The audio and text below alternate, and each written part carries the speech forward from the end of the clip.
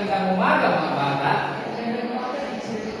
Ako ang pala si Ginoong Christopher Tunda, magiging guro ngayon sa ESP 1. Bago tayo magsimula, maaari ba tayo tumayo at tayo manalangin? Father, Son, and Holy Spirit. Amen. Bago tayo magsimula sa ating talakayin, may papasalitan mo na sa inyo. Kumuha kayo ng isang buong papel at salitan nyo ito.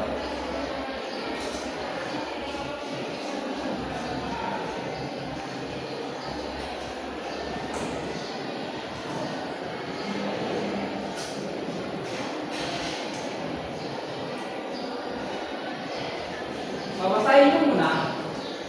Pagkatapos kayo naman. Lagyan ng check ang pangungusap na nagpapakita ng pagiging malinis sa sarili. At X naman kapag ay kung nagpapakita ng pagiging malinis sa gamit. Una, naliligo ako araw-araw.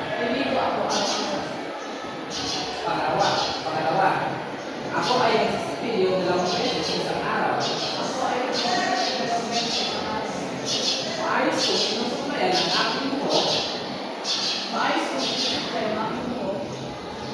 Number 4, inayos ko ang aking higaan tuwing umaga. Nililigpit ko ang aking mga lawas pagkatapos ko gamitin. Okay, sasalan na.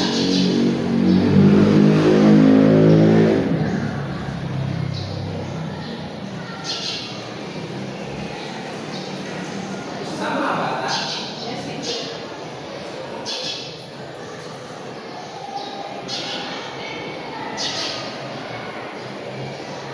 ngayon naman, may papabasa ko sa yung kwento.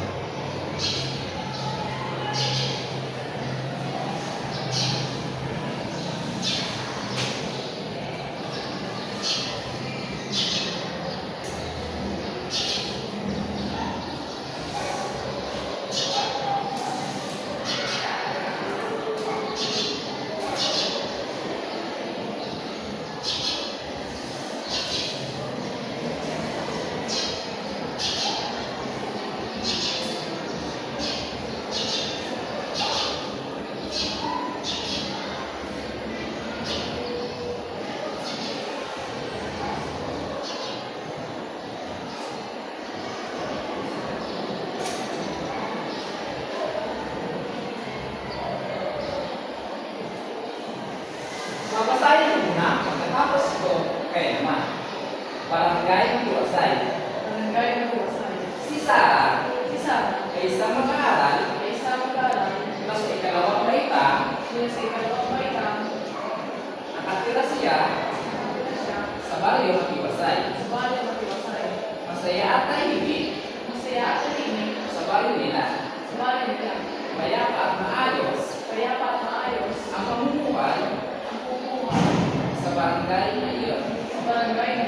Sumusunod sila sa mga alituntunin ng barangay.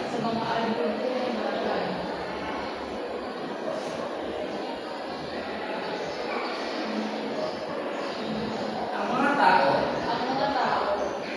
tulad ng bawal magtapon ng basura sa mga pagpupunting lugar, at mga iba pang alituntunin. Malinis din sila sa barangay dahil walang nagtatapon ng basura sa ilog magto sa kalsada. Tinatapon nila yon sa tamang basurahan. Marunong din sila mag-resiklo. Ang ama naman ni Sarah ay ang gurong barangay ng baryo Matiwasay.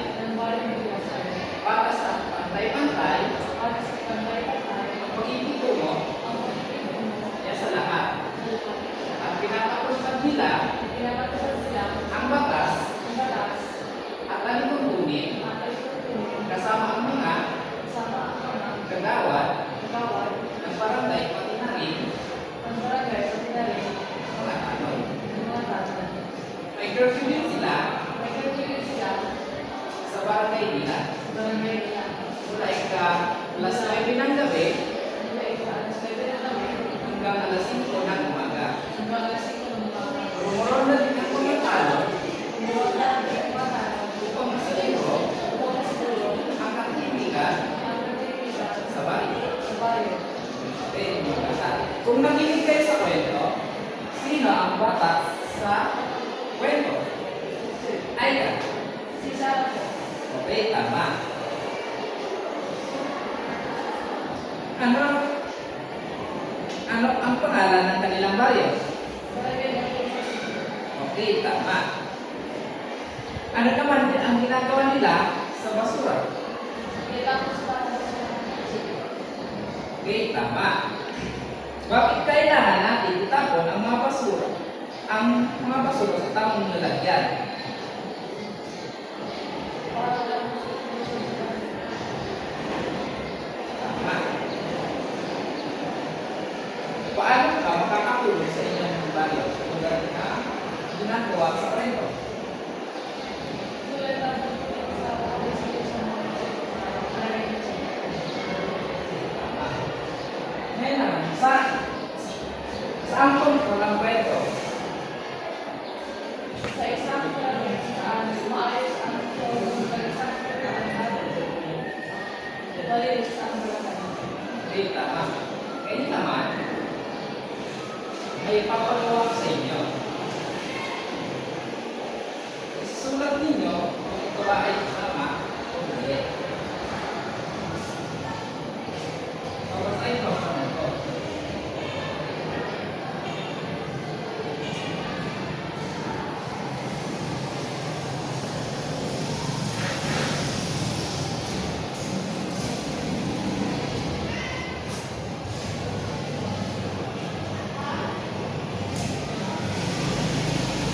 Sulat Sulat ang tama ang tama kung ang bayan ay wasto kung ang pamayan ay wasto at mali naman at mali naman kung hindi. kung hindi.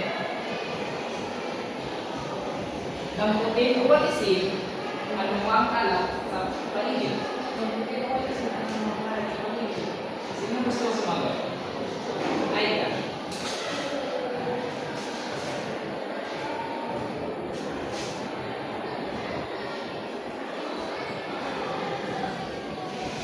Ay, tama.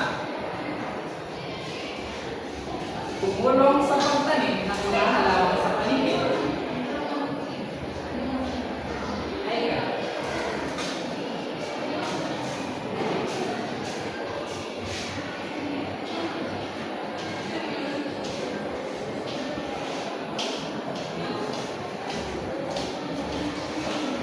Kasi ang mga bulaklak sa park.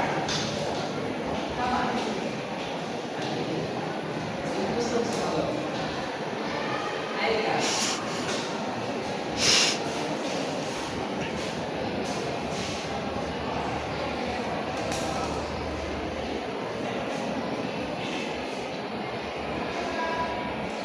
Bubusan ng tubig ang inidor pagkatapos gamitin.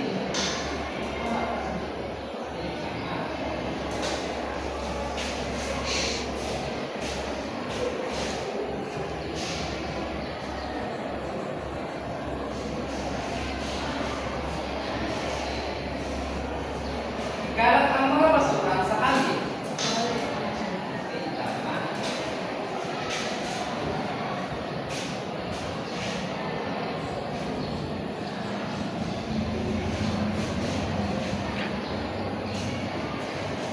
Hindi natin basahin. Damputin Mabuti o walisin o walisin ang mga anumang kalat sa paligid. ang mga kalat sa paligid. Tama ba ito? Okay, tama. Tumulong Tumulong sa pagtanim pagtanim ng halaman ng halaman sa paligid. sa paligid. Tama ba ito? Yes po.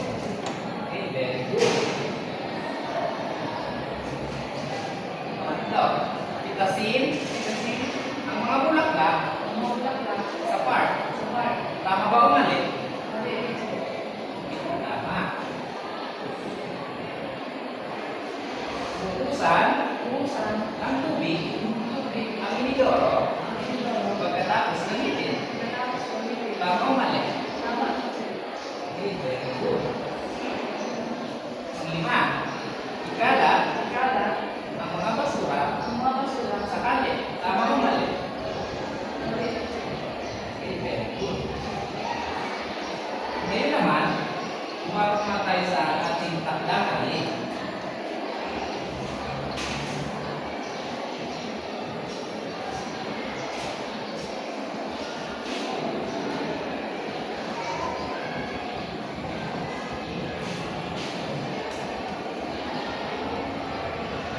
Teacher, teacher. Saan is sumunod? Sa mundo.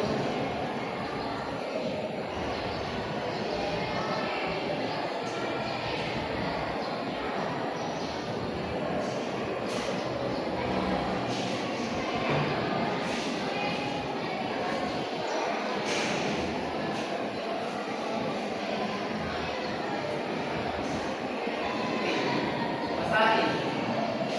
Takdang aralin. Nakarating. Magtanong Magtanong. at pagsulat Magsulat. kung isa ka lipunin Isa ka lang po. sa inyong barangay Inyong barangay. na nagpapanatili Sa nagpapanatili. ng kaayusan Ng kaayusan. at kapayapaan Kapayapaan. sa inyong komunidad. Sa inyong Sulat yan sa inyong palermo. Opo, sir. Pwede na kayong